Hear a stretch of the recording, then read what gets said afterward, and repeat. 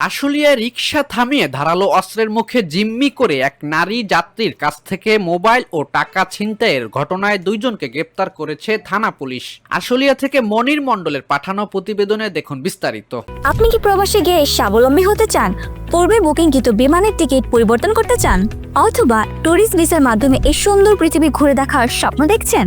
আপনার স্বপ্নকে বাস্তবায়ন করতে A to Z travels and tours আছে আপনার সাথে।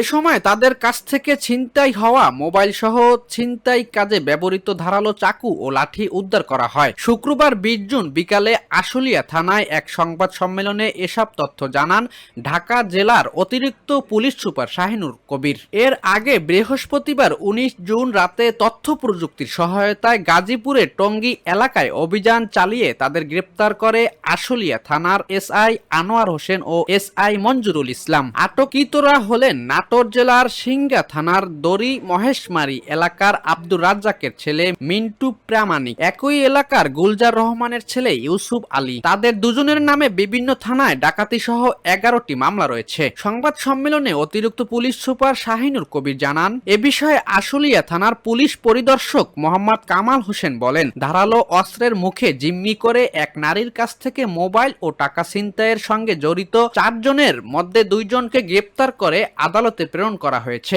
এছাড়া বাকি অভিযুক্তদের গ্রেপ্তারের চেষ্টা চলছে।